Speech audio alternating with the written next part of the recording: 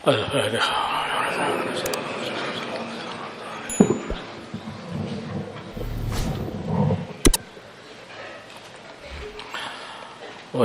Rasul Masail Rabu 4 Rabiul Awal 1445 Hijriah 20 September 2023 Masehi. Masalah menulis Al-Quran ketika haid. Pertanyaan, bagaimanakah hukum menulis Al-Quran bagi wanita yang sedang haid? Sebabnya apabila tidak ada niat dirasah seperti untuk membaca Al-Quran, bacaan Al-Quran, maka hukumnya boleh. Apabila niat dirasah itu sebagai bacaan Al-Quran, maka boleh dengan syarat tidak menyentuh dan tidak membawa tulisan beserta kertasnya ketika menulis. Jadi bukan di kertasnya tidak dipegang, dibawa, tidak boleh pula tulisannya, nyentuh tulisannya aja juga enggak boleh.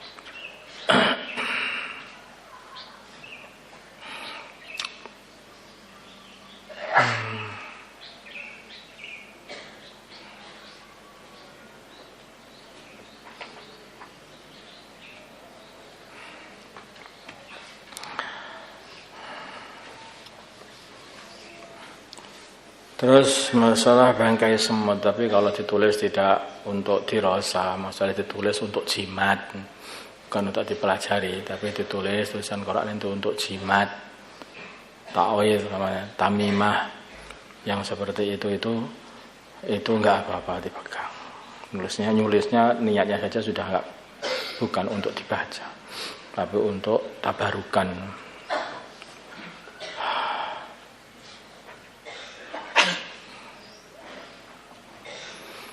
Kalau untuk itu dipegang boleh, dibawa juga boleh, karena bukan untuk dibaca.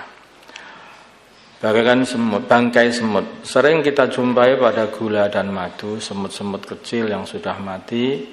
Yang menjadi permasalahan adalah sulitnya membersihkan gula tersebut dari bangkai semut dan beratnya hati untuk membuangnya. Pertanyaan, apakah boleh mengkonsumsi gula yang ada bangkai semutnya sebagaimana deskripsi di atas? Boleh selagi sulit untuk dipisahkan dan tidak membahayakan. Kan kadang-kadang itu ada semut yang kecil sekali itu, yang itu susah untuk dipisahkan. Tapi kalau semutnya ini besar ya mudah sekali, biar diambil juga mudah. Lagi pula kalau sebetulnya mudah aja dipisahkan. Kalau itu benda cair, ambil saja madu itu, masukkan dalam air, kemudian airnya diaduk dengan madu. Kalau sudah cair disaring, udah tersaring semua semutnya, kamu nggak makan semut. Nah, kalau itu pada gula, yaitu asal gula itu ditaruh di nampan yang lebar begitu, kemudian ditaruh di sinar matahari atau dikasih lampu, itu juga sudah pergi sendiri semutnya kalau masih hidup. Agak susah kalau yang digula, atau kalau digula, kalau sudah dicampur dengan air, maka semutnya ngambang. Itu yang ngambang-ngambang kita ngambil aja, kan seperti itu. Misalkan itu kalau dianggap mudah ya mudah aja. Kalau kamu merasa keberatan ya nggak apa-apa, kamu makan. Nah, kalau susah, tetapi sebetulnya kalau mau membersihkan masih bisa dibersihkan. Hanya ulama mengatakan kalau susah dibersihkan, maka boleh saja memakan beserta semut-semutnya sekalian. Hanya kalau susah. Masalah membawa tongkat. Ada sebagian orang ketika lanjut usia mereka menggunakan tongkat sebagai alat bantu ketika berjalan. Padahal sebagian mereka masih bisa berjalan dengan normal walaupun tanpa tongkat. Bagaimanakah hukum menggunakan tongkat? Sebagian dalam permasalahan di atas, hukum membawa tongkat adalah sunnah katanya. Dan ini sebetulnya tidak ada permasalahan harus tua juga tidak ada. Ini enggak disebutkan di sini. Karena ini adalah amalannya dulu para anbiya. Hamlul 'asa 'alamatul mu'min wa sunnatul anbiya. Jadi membawa tongkat ini adalah alamannya orang iman Dan ini termasuk sunnah tindak tanduknya orang-orang para anbiya. Kanat al-anbiya'u yaftakhiruna biha tawadu'an lahu azza wa jal. Dulu para nabi mereka membangga-banggakan dengan membawa tongkat karena tawadhu kepada Allah azza wa jal. Memperlihatkan tawadhu kepada Allah dan merasakan aku ini dalam perjalanan menuju akhirat.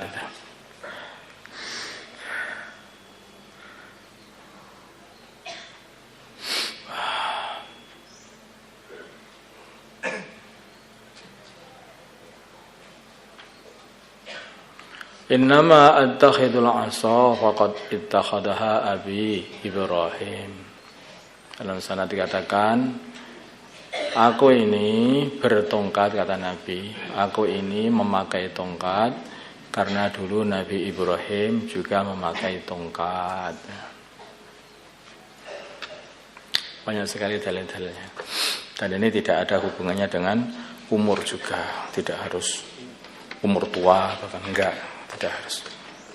Enggak ada dalil umur tua dalam itu.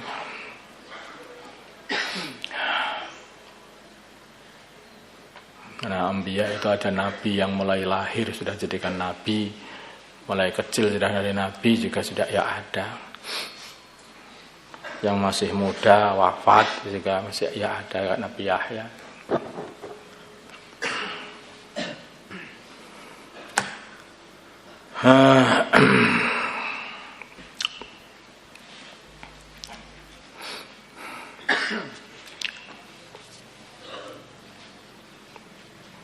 Datangnya Jumatan ketika khatib tengah berkhutbah. Datang Jumatan ketika khatib tengah berkhutbah. Apakah orang yang datang Jumatan ketika khatib tengah berkhutbah masih disunnahkan sholat qobliyah Jumat? Ini ditafsil.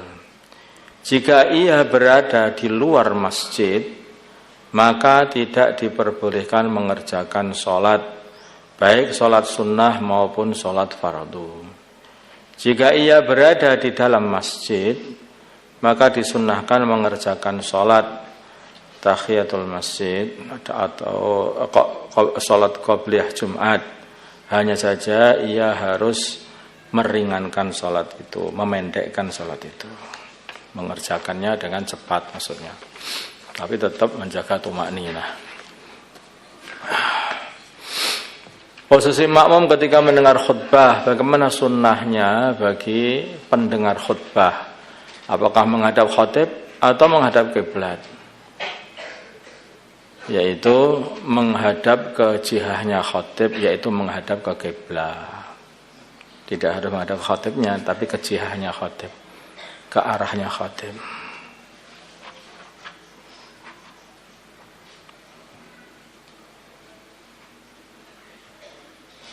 Jadi orang yang bagian kanan atau kirinya khatib itu tidak harus menghadap ke khatib.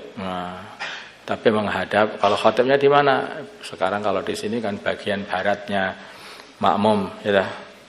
Bagian baratnya makmum atau bagian arah kiblatnya makmum, maka cukup yaitu mustamiknya itu ya menghadap ke arah kiblat atau ke arah barat kalau di sini. Barat agak ke utara sedikit. Jadi tidak harus menghadap dengan yang dari kanan. Umumnya menghadap kanannya khatib, menghadap ke bagian kirinya, yang bagian yang kirinya khatib menghadap, tidak seperti itu. Cukup menghadap saja ke arah di mana khatib berada. Arah maksudnya arah mata angin inilah. Arah mata angin di mana khatib berada, tidak ke tubuhnya khatib, enggak, ke arah mata angin di mana khatib berada. Allahumma shalli ala sayyidina Muhammad wa ala ali sayyidina Muhammad wa salli ala sayyidina Ibrahim wa ala ali sayyidina Ibrahim wa ala sayyidina Muhammad wa ala sayyidina Muhammad wa ala sayyidina Ibrahim. Allahumma arham Muhammad sayyidina Muhammad, Allahumma ighfir Muhammad sayyidina Muhammad, Allahumma aslih Muhammad sayyidina Muhammad, Allahumma alih baina qulubi Muhammad sayyidina Muhammad. اللهم انصر أمة سيدنا محمد، اللهم انصر سلطان النصيرا، صلى الله على سيدنا محمد النبي الأمي وعلى آله وسلم. الحمد لله.